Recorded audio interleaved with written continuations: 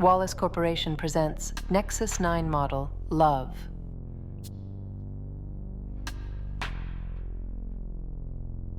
I'm the best one. Nexus 9 cancelled, product recalled.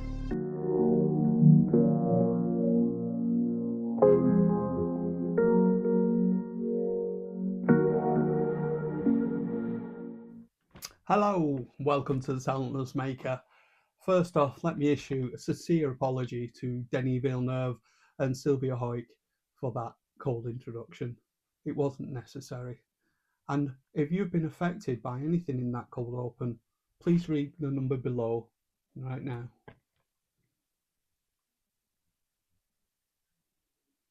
Anyway, let's move on.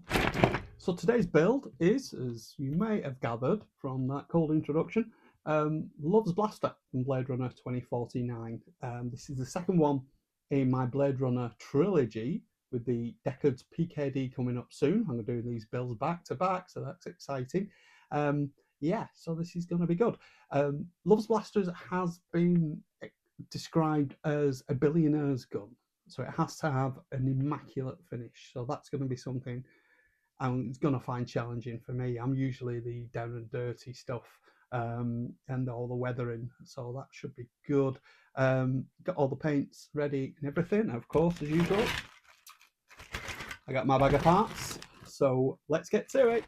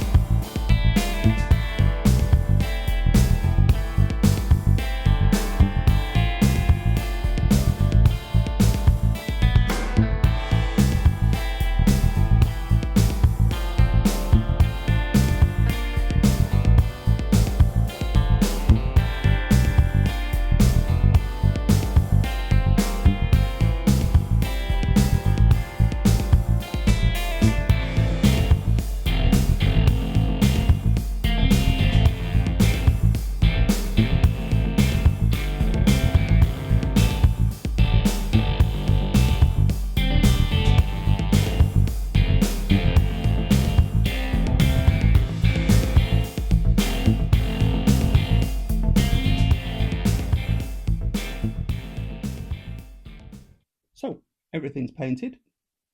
Come back pretty good. This silver is awesome. These are loop paints from Alfresco, whatever, I'll put the link below. And the silver finish has come back so good. I even did a test on the back with a little gloss finish, and it actually dulls it a bit. So I'm going to leave that with that beautiful silver. The silver on the barrel and the back part of the gun, it's come out okay. It's quite good. I only had about a third of a can of this left, and coverage wasn't great. I've used it before, and the coverage was pretty good. It's not been great on this one. So there's some layer lines and artifacts on that a second coat would have taken care of, but I can live with that. It looks good, it looks fine. Now these parts. Struggled with these through the whole build. Okay, the original model is this one part, and it printed out really well. Would have needed very little finishing. One slight problem with this, can you guess what it is? These are the insert pieces.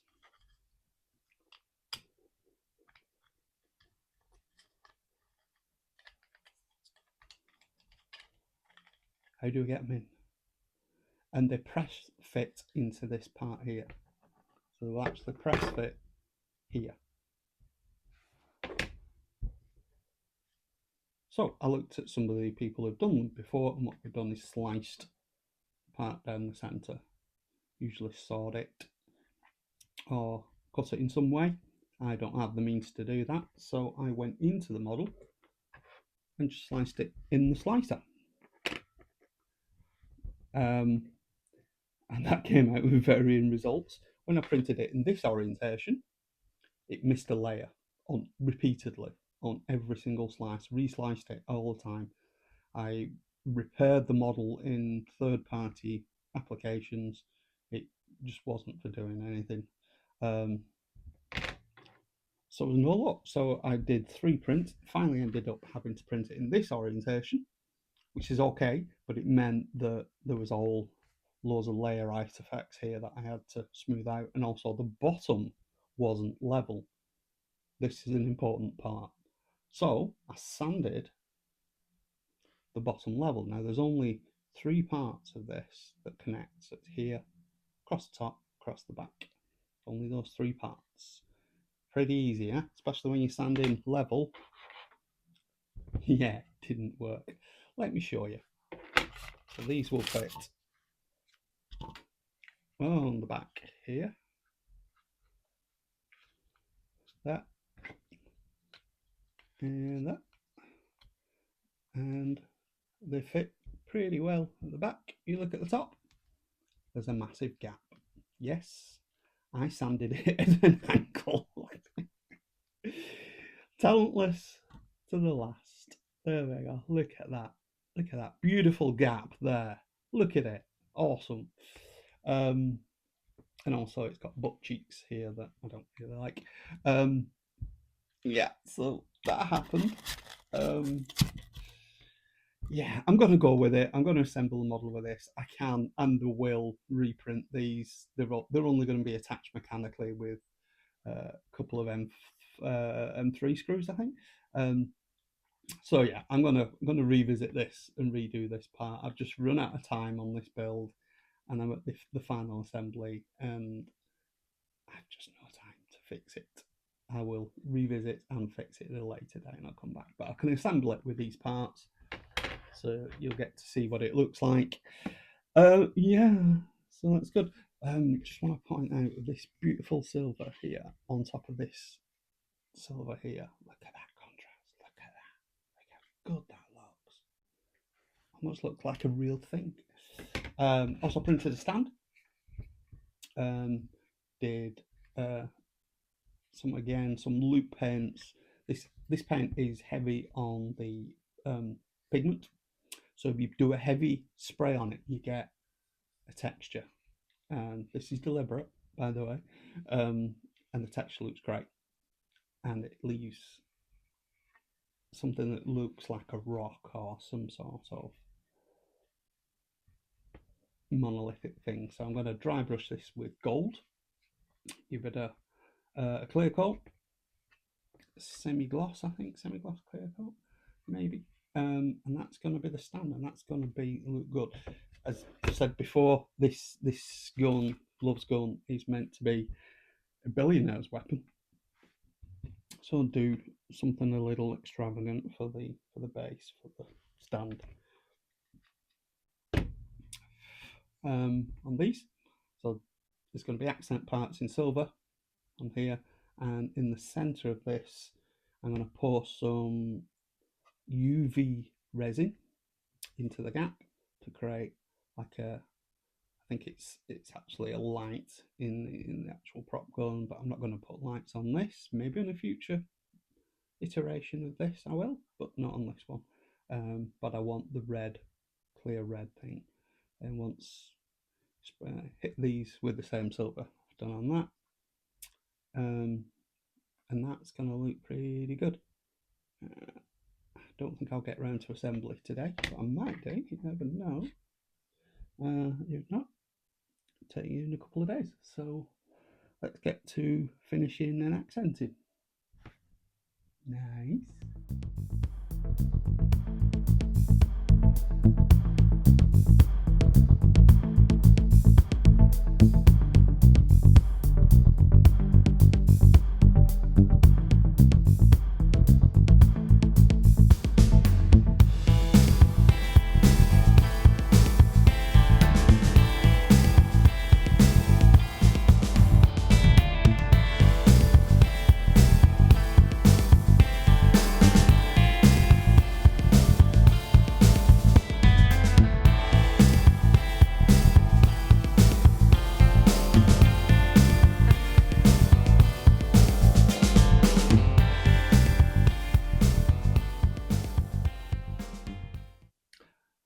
Well, there we have it. There's an old saying in proper model building for film, good for camera. And this is it. She looks okay on camera. She looks pretty good, in fact, from certain angles. Yeah, but she's not. She's a broken child. Apart from the split in the back here and the arse cheeks, which I will revisit and rectify. There's certain other features as well, most of which are my own fault. Decisions I'd made days ago come back and bite me in the arse. Things just don't quite fit together. Right. I was a bit exuberant with the paint job, and the paint's fine. The blue handle and the stuff is fine. It's a little blue. Prefer a little tone of green in there. The contrast with the different silvers, I think, is great. The paint job on here is just not up to snuff on the barrel and on this in the back, because I run out of paint. Simple as that. No forethought, no planning, talentless. Yeah, she's okay. She's okay, but I'm a little disappointed. Gotta say, she deserves better. I was thinking about all the builds I've made over the past 10 months or so, and things like Kay's Blaster, the M41A pulse rifle, the Xenomorph, all these things I have adoration for. I love them. I love this. I'll pick it. I come in and pick it up occasionally.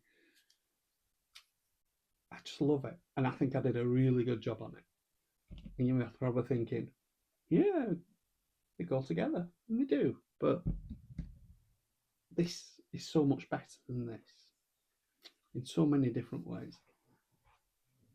So, and the pulse rifle is just the best thing I've made. Simple as that. But there's things I don't like. The Bucknock, I don't like it. I really don't like it.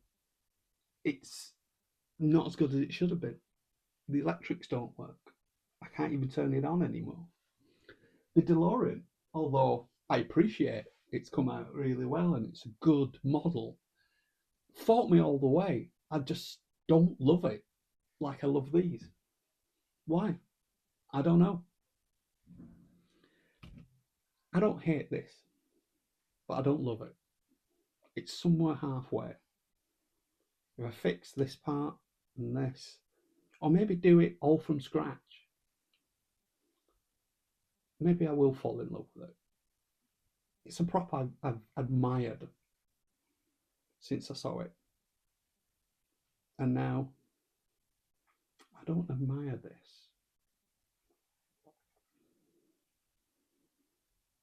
She fits well, she fits in the hand. But there you go. I'm going to chalk this down as my first failure. Lack of planning, lack of forethought, lack of talent.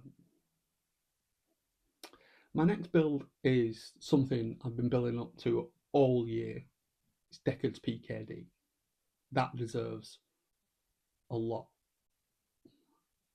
And I think the failures I've made on this and the lessons I've learned will go a long way to making that gun so much better. I'm not going to do a money shot for her. I don't think she deserves it. I'll take some photos and I'll post them. Should be okay. So if you like to see me fail, don't forget to subscribe, hit the like button, hit the bell icon, do all the things that YouTube want you to do to boost the algorithm. Play the guitar, pick your nose, scratch your ears, whatever makes you happy. And that's what's important at the end of the day. So this is a talentless maker saying, embrace your mistakes, learn from them, fail fast. That's what I'm going to do with this. That's it. See you next time.